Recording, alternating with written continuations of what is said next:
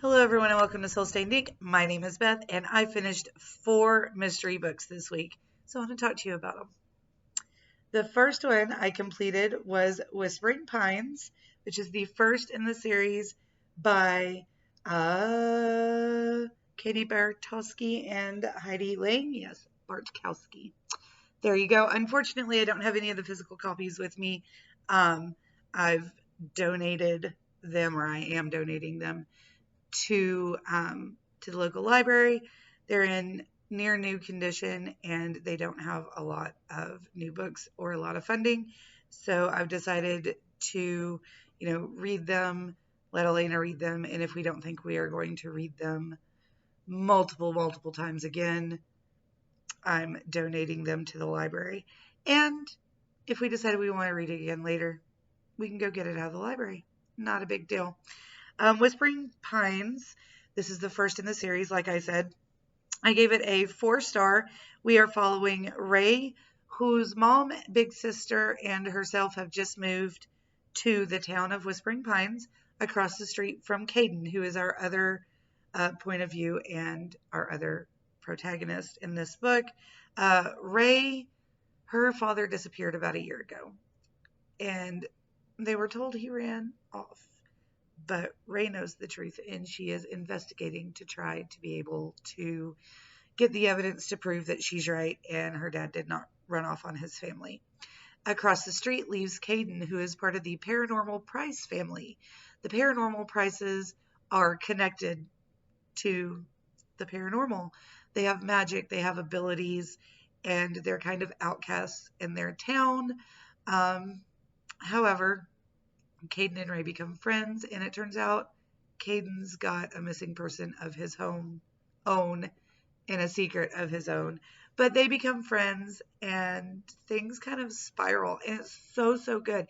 It's like a horror psychological mystery book for middle grades. Absolutely loved it. Gave it a 4 out of 5 stars. There were a couple of places where I kind of got pulled out of the story, but it was really good.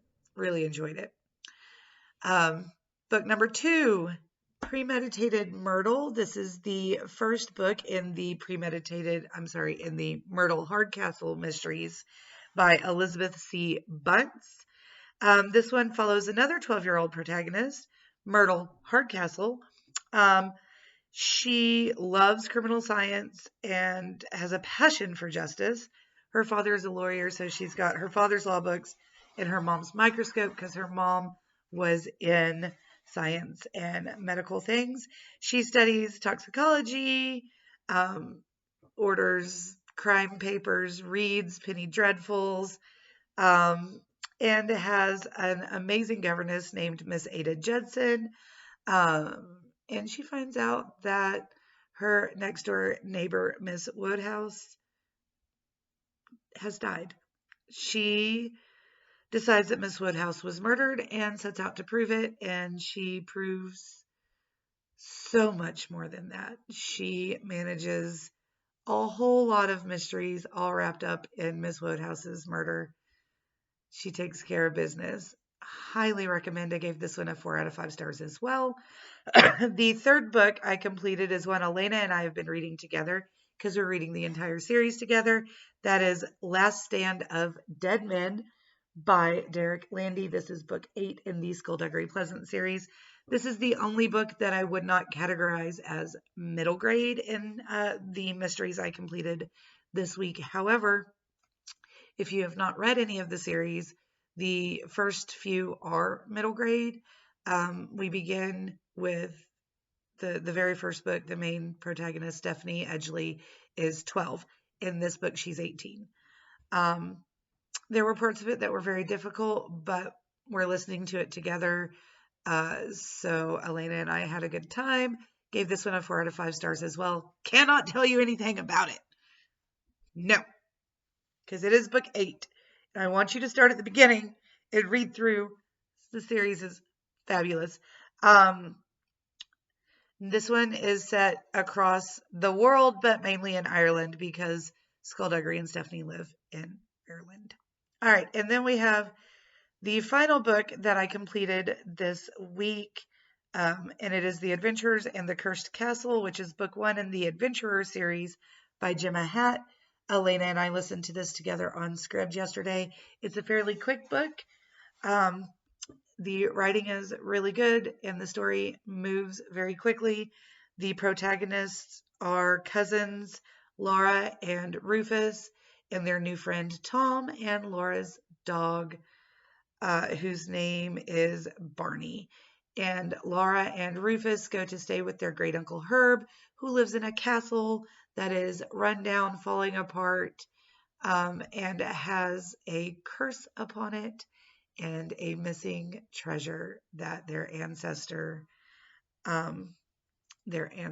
ended up hiding away a couple hundred years ago. And so the kids decide that they're going to find the treasure and help out their uncle.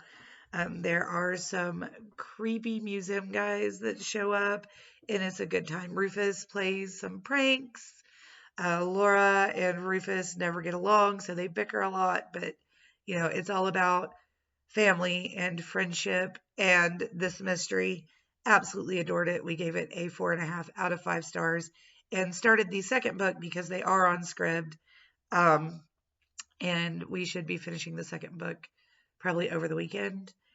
So we will see what happens, but I will let you know about that later on. I have had a banner week with the reading. Those 4 books were absolutely fabulous. And Whispering Pines, there's like a broom closet and there's some cleaning and like magical cleaning as well. In Skullduggery Pleasant, they talk about like needing to clean some things up at one point, and I was like, aha. In Myrtle Hardcastle, she's constantly talking about needing to not mess with things so that they can get clues, or like there are several places where like she's trying to find clues, but the maid has already cleaned. They have to wash a cat, so they have to lather her up and wash her off.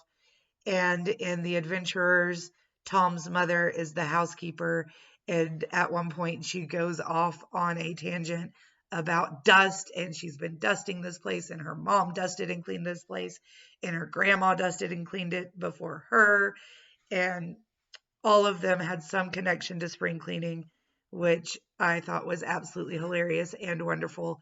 So I would love if you would pick up any of those books. They were all fabulous.